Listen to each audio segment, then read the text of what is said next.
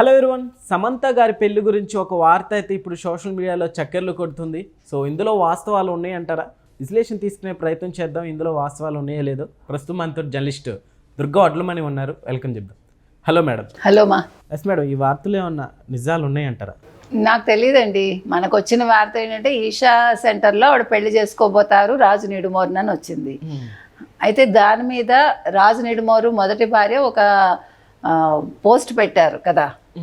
ఆ పోస్ట్లో ఏం పెట్టారు, ఆవిడ తెగించిన వాళ్ళు ఏదైనా చేస్తారు అన్నట్టుగా పెట్టింది.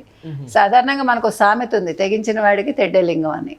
అయితే ఇక్కడ ఇది యాక్చువల్గా ఎవరి వ్యక్తిగతం వాళ్ళది, దీని గురించి మనం మాట్లాడాల్సిన పని లేదు.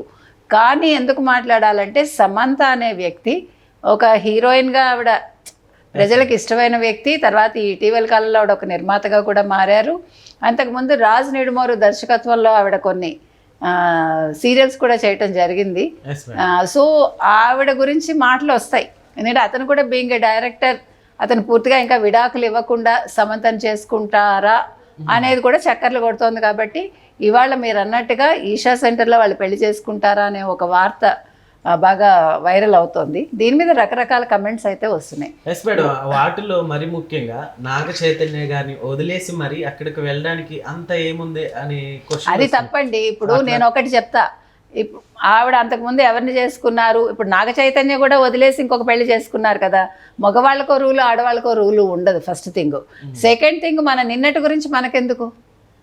ఇప్పుడు ఇవాళ కూడా రాజు నిడుమోరు అనే వ్యక్తి డైరెక్టర్గా ఉన్నప్పటికీ అతను ఒక సాధారణ మనిషిగా మనం ఆలోచిస్తే, అతను మొదటి భార్యకి విడాకులు ఇచ్చి సమంతం చేసుకున్నారనుకోండి, అది ఎవరికి అసలు దాని గురించి ఆలోచన ఉండదు. వాళ్ళ ఫ్యాన్స్ కూడా అడగరు. ఇప్పుడు ఎందుకు అడుగుతారు, అది క్లారిటీగా లేదు కాబట్టి మాట్లాడుతున్నారు తప్ప. ఇప్పుడు సమంత విడాకులు తీసుకున్నారు, షీ కెన్ మ్యారీ ఎనీబడి. అది ఆవిడ ఇష్టం కదా. ఆవిడ చేసుకుంటారా చేసుకోరా, సహజీవనం చేస్తారా, దాని గురించి ఎవరికి అబ్జెక్షన్ ఉండదు. కాకపోతే రాజు నిడుమోరు భార్య ఆవిడ వార్తలకు వస్తున్నారు కాబట్టి దీని మీద అందరికీ ఒక కుతూహలం వచ్చింది. దట్టు ఇటీవల కాలంలో ఆయనతోటే వాళ్ళ ఇంట్లోనే ఉంటున్నారు సమంత. తర్వాత ఇటీవల దీపావళి కూడా జరుపుకుంటూ వాళ్ళు ఫోటోలు కూడా విడుదల చేసినట్టున్నారు కొన్ని. సో ఇవన్నీ జరిగిన నేపథ్యంలో ఈ వార్తకి ఇంత ఇంపార్టెన్స్ వచ్చిందండి. ఇదే సమంత రాజు నిడుమోరు విడాకులు ఇచ్చేసాక వాళ్ళిద్దరూ పెళ్లి చేసుకున్నారు అనుకోండి, అది పెద్ద వార్తే కాదు. ఓకే, ఆవిడ మంచిగా లైఫ్లో సెటిల్ అయ్యారు అని అందరూ హ్యాపీగా ఫీల్ అవుతారు. ఇవాళ దీని మూలంగా ఆవిడ ఆ మాట అన్నారు కాబట్టి, సో ఏ వ్యక్తి అయినా సరేనండి, ఇప్పుడు పెళ్లి చేసుకోవటం అనేది వాళ్ళ వ్యక్తిగతం, దాని గురించి మనం మాట్లాడడం. కాకపోతే వీళ్ళు పబ్లిక్ ఫిగర్స్ కాబట్టి ప్రజలకు వీటి మీద కుతూహలం ఉంటుంది.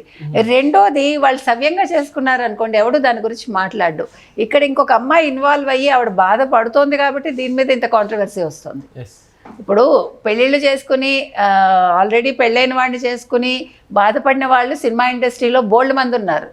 సావిత్రి దగ్గర నుంచి మీరు తీసుకుంటే. కానీ హేమమాలిని ఎక్సెప్షన్. మీకు ఇటీవల కాలంలో హేమమాలిని ఇంటర్వ్యూస్ కనుక మీరు చూసారంటే ఆవిడ చాలా అద్భుతమైన ఇంటర్వ్యూలు ఇచ్చారు. ఆవిడ ఎంత బాగా మాట్లాడారంటే, ధర్మేంద్రని బాధ పెట్టడం నా అభిమతం కాదు, ఆయనకి ఎలా కావాలంటే అలా నేను ఉన్నాను, అలాగే మీకు ఎవరూ లేరు. నిజంగా చెప్తున్నాను నేను.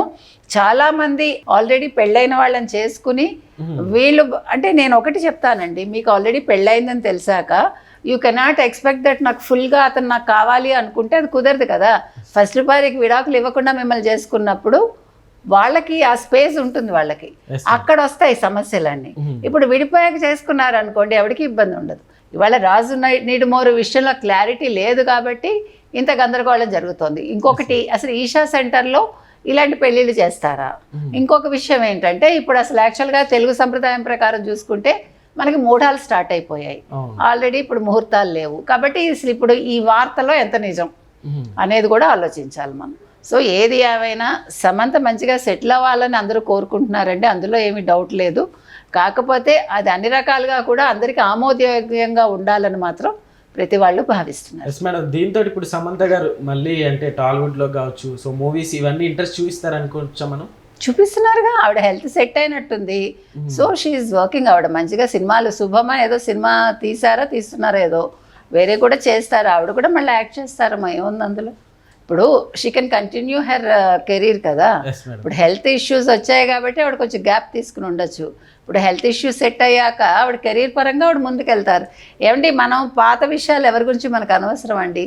నాగ చైతన్య ఏం చేశారు, ఈవిడ ఏం చేశారు, ఈజ్ ఇట్ అవర్ ఇది కాదు మనకు అసలు వద్దే వద్దు. ఆడవాళ్ళ విషయంలో ముఖ్యంగా వాళ్ళ గురించి నెగిటివ్ మాట్లాడటం అనేది నాకు నచ్చని విషయం. ఎస్ మేడం, ఇలాంటి వార్తలు సోషల్ మీడియాలో అంటే ట్రోల్స్ కావచ్చు, మీమ్స్ ఇలాంటివి వస్తూనే ఉన్నాయి. సో ఇలాంటి వాటికి ఎప్పటికీ ఫుల్ స్టాప్ అనేది పడట్లేదు. మీకు మొన్ననే సుప్రీంకోర్టు కేంద్రాన్ని అడిగింది, జస్ట్ 2 days అయింది.